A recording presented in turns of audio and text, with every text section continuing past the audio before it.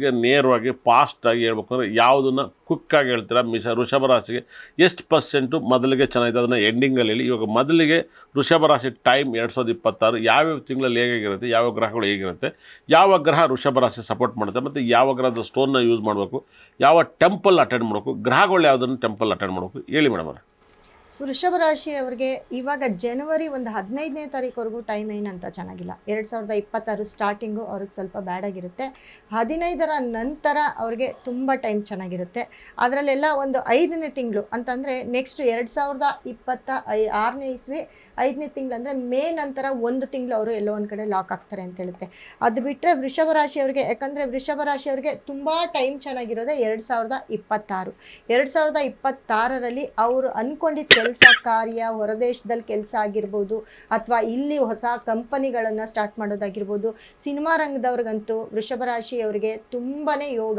ಅವರು ಎಂಥ ಸಿನಿಮಾ ಮಾಡಿದ್ರು ಸೂಪರ್ ಡೂಪರ್ ಆಗಿರುತ್ತೆ. ಮತ್ತು ಮುಖ್ಯವಾಗಿ ಏನಪ್ಪ ಅಂದರೆ ರಾಜಕೀಯ ಅಂತ ಬಂದಾಗ, ರಾಜಕೀಯದಲ್ಲೂ ಅಷ್ಟೇ ಯಾರೆಲ್ಲ ವೃಷಭ ರಾಶಿಯಲ್ಲಿ ಇರ್ತಾರೆ ಅವರೆಲ್ಲರಿಗೂ ಎಲ್ಲ ಒಂದು ಕಡೆ ಒಂದು 90% ಅವರ ಒಂದು ರಿಸಲ್ಟು ತುಂಬ ಚೆನ್ನಾಗಿರುತ್ತೆ. ಮತ್ತು ಯಾವ ಕೆಲಸ ಕಾರ್ಯ, ಮನೆ ಕಟ್ಟೋದು, ಮದುವೆ ಮಾಡೋದು, ಬಹಳಷ್ಟು ಶುಭ ಕಾರ್ಯಗಳು ನಡೆಯೋದೆ ವೃಷಭ ರಾಶಿಯವರ ಒಂದು ಮನೆಯಲ್ಲಿ 2026ರಲ್ಲಿ. ಮತ್ತು ಮದುವೆಗಳು ಕೂಡ ತುಂಬ ಜಾಸ್ತಿ, ಬಹಳ ಹೆಚ್ಚೆಚ್ಚು ಮದುವೆಗಳು, ಮಕ್ಕಳಾಗೋದು ಕೂಡ ವೃಷಭ ರಾಶಿಯವರಿಗೆ 2026ರಲ್ಲಿ ಓವರಾಲು ತುಂಬ ಸಕ್ಸಸ್ಸನ್ನು ನೋಡೋವಂಥ ರಾಶಿ ವೃಷಭ ರಾಶಿ. ಮೇಡಮ್, ವೃಷಭ ರಾಶಿ ಮೊದಲನೇ ವರ್ಷ ಕೃತಿಕ ನಕ್ಷತ್ರದಿಂದ ಸ್ಟಾರ್ಟ್ ಆಗುತ್ತೆ. ಡಿ.ಕೆ. ಶಿವಕುಮಾರ್ ನಕ್ಷತ್ರ ಕೃತಿಕ ನಕ್ಷತ್ರ. ಈ ಸರಿ ಅವ್ರನ್ನ ವೃಷಭ ರಾಶಿನ ಅವ್ರನ್ನ ನಿರೀಕ್ಷೆ ಮಾಡ್ಬೋದಾ CM ಆಗ್ತಾರೆ ಅಂತ? ಹೌದು, ನಿರೀಕ್ಷೆ ಮಾಡ್ಬೋದಾ? ಪ್ರಕಾರ 90% ನಿರೀಕ್ಷೆ ಮಾಡ್ಬೋದು. ಸಿದ್ದರಾಮಯ್ಯ ಅವರು ಬಿಟ್ಕೊಡ್ತಾರಾ? ಬಿಟ್ಕೊಡ್ತಾರಾ? ಹೌದು. ಕಾರಣ ಏನು? ಅಂದ್ರೆ ಗ್ರಹಗಳು ಸಪೋರ್ಟ್ ಮಾಡ್ತಾರೆ, ಗ್ರಹಗಳು ತುಂಬಾ ಚೆನ್ನಾಗಿ ಸಪೋರ್ಟ್ ಮಾಡ್ತಿದ್ದಾರೆ. ಜನವರಿ ನಂತರ ತುಂಬಾ ಚೆನ್ನಾಗಿರ್ತಾರೆ. ಜನವರಿಗೆ ತೊಂದರೆ ಇದೆ. ಜನವರಿಯಲ್ಲೂ ತೊಂದರೆ ಇದೆ. ಮತ್ತೆ 5ನೇ ತಿಂಗಳು ಮೇ ನಲ್ಲಿ ಒಂದು ಚೂರು ತೊಂದರೆಗೆ ಒಳಪಡ್ತಾರೆ. ಹಾಗಾಗಿ ವೃಷಭ ರಾಶಿಗೆ ಈ ಒಂದು ಜನವರಿ ಆದಮೇಲೆ ತುಂಬ ಟೈಮ್ ಚೆನ್ನಾಗಿದೆ. ಏನಾಗುತ್ತೆ ಮೇಡಮ್ ಅಂದರೆ ಹೊಸ ವರ್ಷ ಅದರಿಂದ ಸ್ಟಾರ್ಟ್ ಆಗುತ್ತೆ. ಶನಿ ಮತ್ತು ಗುರು ಕುಜಗ್ರಹ ಎಷ್ಟು ಪರ್ಸೆಂಟ್, ರಾಹು ಕೇತು ಎಷ್ಟೆಲ್ಲ ಫಲಗಳನ್ನ ಕೊಡ್ತೇವೆ ವೃಷಭ ರಾಶಿಗೆ? ನೋಡಿ, ವೃಷಭ ರಾಶಿಗೆ ರಾಹು ಕೇತು ಒಂದು ಬದಲಾಗೋದು ಈ ವರ್ಷದ ಕೊನೆಯ ಒಂದು ಭಾಗದಲ್ಲಿ. ಆದರೆ ವೃಷಭ ರಾಶಿಗೆ 4ನೇ ಮನೆಯಲ್ಲಿ ರಾಹು ಕೇತು ಇರ್ತಾರೆ. ಮತ್ತು ಮುಖ್ಯವಾಗಿ ಅವರಿಗೆ 10ನೇ ಮನೆಯಲ್ಲಿ ರಾಹು ಇರ್ತಾರೆ.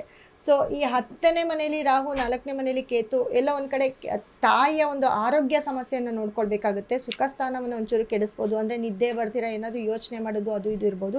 ಆದರೆ ರಾಹು ಮಾತ್ರ 10ನೇ ಮನೆಯಲ್ಲಿ ಬಹಳಷ್ಟು ಯೋಗವನ್ನು ಕೊಡ್ತಾ ಹೋಗ್ತಾನೆ. ಮತ್ತು ರಾಹು ಕೇತು ಬದಲಾವಣೆ ನಾನು ಹೇಳ್ದೆ ಇಯರ್ ಎಂಡಿಂಗ್ ಅಂತ. ಗುರು ಬಂದು ಧನಸ್ಥಾನದಲ್ಲಿ ಇರೋದ್ರಿಂದ ಎಲ್ಲೋ ಒಂದು ಕಡೆ ಗುರುವಿನ ಅನುಗ್ರಹ ಅತಿ ಹೆಚ್ಚಾಗಿರೋದು ವೃಷಭ ರಾಶಿಯವರಿಗೆ. ಸೊ ವೃಷಭ ರಾಶಿಯವರಿಗೆ ಗುರು ಒಳ್ಳೆಯ ಫಲವನ್ನು ಕೊಡ್ತಾನೆ. ಅದೇ ರೀತಿ ಈ 6ನೇ ತಿಂಗಳ ನಂತರ ಮತ್ತು 10ನೇ ತಿಂಗಳ ನಂತರ ಸ್ವಲ್ಪ 3ನೇ ಮನೆಗೆ ಅಂತಂದರೆ ಗುರುವಿನ ಅನುಗ್ರಹ ತುಂಬ ಇರುತ್ತೆ. ನೋಡಿ, ವೃಶ್ಚಿಕ ರಾಶಿಗೆ 5ನೇ ದೃಷ್ಟಿ ಅಂತಂದರೆ ಆವಾಗ ಸ್ವಲ್ಪ 6ನೇ ಮನೆಗೆ ದೃಷ್ಟಿ ಬೀಳ್ತಾ ಹೋಗುತ್ತೆ. ಮತ್ತು 9ನೇ ಮನೆ ಮಕರ ರಾಶಿಗೆ ಭಾಗ್ಯಸ್ಥಾನ, 9ನೇ ಮನೆ ಭಾಗ್ಯಸ್ಥಾನಕ್ಕೆ ಗುರುವಿನ ದೃಷ್ಟಿ ಬೀಳೋದ್ರಿಂದ ಅಲ್ಲೂ ಕೂಡ ವೃಷಭ ರಾಶಿಯವರಿಗೆ ಒಂದು ಒಳ್ಳೆ ಒಂದು ರಿಸಲ್ಟ್ ಸಿಗ್ತಾ ಹೋಗುತ್ತೆ. 9ನೇ ದೃಷ್ಟಿ ಮೀನರಾಶಿ ಅಂತ ಬಂದಾಗ 11ನೇ ಮನೆ ಆಗುತ್ತೆ. 11ನೇ ಮನೆಗೆ ವೃಶ್ಚಿಕ ರಾಶಿಗೆ ಮೀನರಾಶಿ ಮೇಲೆ ದೃಷ್ಟಿ ಬಿದ್ದಾಗ, ಅದು ಶನಿ ಇರ್ತಕ್ಕಂಥ ಮನೆಗೆ ಗುರುವಿನ ದೃಷ್ಟಿ ಬಿದ್ದಾಗ ಅಲ್ಲೂ ಕೂಡ ಒಂದು ಒಳ್ಳೆ ಪಾಸಿಟಿವ್, ಒಂದು ಒಳ್ಳೆ ರಿಸಲ್ಟ್ ಅನ್ನು ಕೂಡ ಪಡಿತಾರೆ. ಸತತ ಗುರು ಚೇಂಜ್ ಆದ್ಮೇಲೂ ಕೂಡ ಇವ್ರಿಗೆ ತುಂಬಾ ಪಾಸಿಟಿವ್ ರಿಸಲ್ಟೇ ಬರ್ತಾ ಹೋಗುತ್ತೆ. ವೃಷಭ ರಾಶಿಗೆ ಟೈಮ್ ತುಂಬಾ ಚೆನ್ನಾಗಿದೆ. 2026 ತುಂಬಾ ಚೆನ್ನಾಗಿದೆ, ಅದ್ಭುತವಾಗಿದೆ.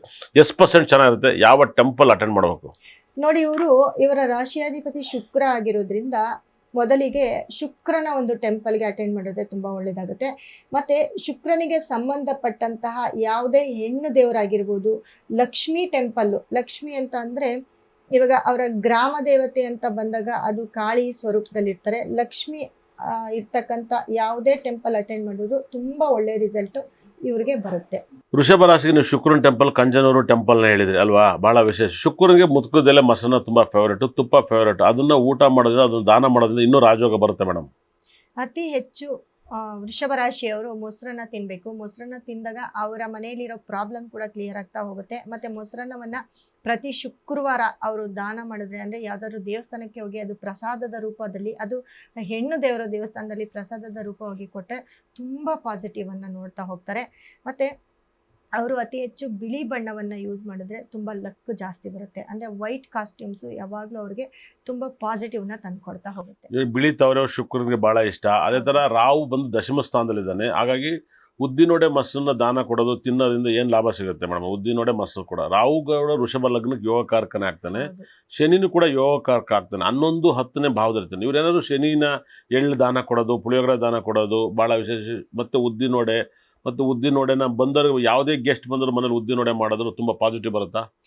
ಅವರು ಉದ್ದಿನ ವಡೆಯನ್ನು ಅವರು ರಾಹುಗೆ ಸಂಬಂಧಪಟ್ಟಂತಹ ಒಂದು ಪದಾರ್ಥವನ್ನು ದಾನ ಕೊಡೋದಾಗಿರ್ಬೋದು ಅಥವಾ ಅವರೇ ತಿನ್ನೋದಾಗಿರ್ಬೋದು, ಇದನ್ನು ಮಾಡ್ಕೊಂಡು ಬಂದಾಗ ಅವರ ಒಂದು ವಿಲ್ ಪವರ್ ಜಾಸ್ತಿ ಆಗುತ್ತೆ ಮತ್ತು ಬಾಂಧವ್ಯ ಚೆನ್ನಾಗಿ ಬೆಳೆಯುತ್ತೆ. ಅವರ ಯಾವುದೇ ಒಂದು ಕುಟುಂಬದ ಬಾಂಧವ್ಯ ಆಗಿರ್ಬೋದು ಅಥವಾ ಹೊರಗಡೆ ಬಂದಿರೋರಿಗೆ ಅದನ್ನು ಗೆಸ್ಟಿಗೆ ಬಂದಿರೋರಿಗೂ ಕೂಡ ಅದನ್ನು ಕೊಟ್ಟಾಗ ಯಾವುದಾದ್ರೂ ಅವ್ರದ್ದೊಂದು ಮೀಟಿಂಗ್ ಆಗಿರ್ಬೋದು, ಒಂದು ಕೆಲಸ ಆಗಿರ್ಬೋದು, ಅಲ್ಲಿ ಅವರ ಫ್ರೆಂಡ್ಶಿಪ್ಪು ತುಂಬ ಚೆನ್ನಾಗಿ ಏರ್ಪಡುತ್ತೆ. ವೃಷಭ ರಾಶಿಗೆ ತುಂಬ ಚೆನ್ನಾಗಿದೆ ಅಂತ ಹೇಳ್ತಿದ್ದಾರೆ. ಖಂಡಿತ ಕೂಡ ವೃಷಭ ರಾಶಿಯವ್ರಿಗೆ ಕೆಲಸ ಸಿಗುತ್ತೆ. IT ಕೆಲಸ ಆಗಿರ್ಬೋದು, ಹೊಸ ಕಾರು ಹೊಸ ಮನೆ ತಗೋತಾರೆ ಅಂತ ಮೀತಾ ಮೇಡಮ್ ಹೇಳಿದರೆ. ಅದೇ ಥರ ಎಜುಕೇಷನಲ್ಲಿ ಕೂಡ ತುಂಬ ಚೆನ್ನಾಗಿ ಇಂಪ್ರೂವ್ಮೆಂಟ್ ಆಗ್ತಾರೆ ಅಂತ ಹೇಳಿದರೆ ಓದು ಬರೋದಲ್ಲಿ. ಅದೇ ರೀತಿಯಲ್ಲಿ ರಾಜಕಾರಣಿಯಲ್ಲಿ ತುಂಬ ಕರ್ನಾಟಕದಲ್ಲಿ ಬದಲಾವಣೆ ಆಗಿದೆ. DK ಶಿವಕುಮಾರ್ ಕೂಡ ಟ್ರೈ ಮಾಡಿದ್ರೆ 80% ಯೋಗವನ್ನು ಚೆನ್ನಾಗಿದೆ ಅಂತ. ಯಾಕಂದರೆ ಅವ್ರು 100% 1000% ರೆಡಿ ಮಾಡೋ ಕೂಡ ಆಗಿಲ್ಲ. CM ಆಗ ಸ್ಥಾನವನ್ನು ಕೂಡ ಇದೆ ಅಂತ ಹೇಳ್ತಾರೆ. 100% ವೃಷಭ ರಾಶಿಗೆ ಬಂಪರ್ ಬೆಳೆ 100ಕ್ಕೆ 100% ಅಂತ ಮೀತಾ ಮೇಡಮ್ ಇದ್ದಾರೆ. ಅವ್ರಿಗೆ ಇಷ್ಟವಾದ ಹೂವು ಕೂಡ ಮಲ್ಲಿಗೆ ಹೂವನ್ನ ಶುಕ್ರ ಗ್ರಹಕ್ಕೆ ಹೇಳ್ತಿದ್ದಾರೆ. ಮಲ್ಲಿಗೆ ಹೂವು ಯಾರಕ್ಕೆ ಇಷ್ಟ? ವೃಷಭ ರಾಶಿ ಹೂವು ಆಗಿರ್ಬೋದು, ಮಲ್ಲಿಗೆ ಹೂವು ಆಗಿರ್ಬೋದು. ಯಾಕಂದ್ರೆ ಮಲ್ಲಿಗೆ ಹೂವನ್ನ ಶುಕ್ರ ಗ್ರಹ ಅಂತಂದ್ರೆ ನಾನಂದೆ ಈ ಹೆಣ್ಣು ಮಕ್ಕಳು ಈ ಶುಕ್ರ ಅಂತ ಅಂದ್ರೆ ಸ್ವಲ್ಪ ತುಂಬಾ ಲಕ್ಸುರಿ, ತುಂಬಾ ಅಲಂಕಾರ ಪ್ರಿಯರು ಅಂತ ಹೇಳ್ತೀವಿ. ಆ ಮಲ್ಲಿಗೆ ಹೂವನ್ನ ದೇವರಿಗೆ ಅವರು ಅರ್ಚನೆ ಮಾಡಿಸಿದ್ರೆ ಅದರಲ್ಲಿ ಅವ್ರಿಗೆ ತುಂಬಾ ಅದೃಷ್ಟ. ಅಂದ್ರೆ ಅವ್ರು ಯಾವ ಒಂದು ಕೆಲಸವನ್ನ ಅನ್ಕೊಂಡು ಅವರು ದೇವರಿಗೆ ಅರ್ಚನೆ ಮಾಡಿಸ್ತಿರೋ ಆ ಕೆಲಸ ಖಂಡಿತ ಆ ಒಂದು ರಿಸಲ್ಟ್ನ ನೋಡ್ತಾರೆ, ಅಂದರೆ ಪಾಸಿಟಿವ್ ಆಗುತ್ತೆ.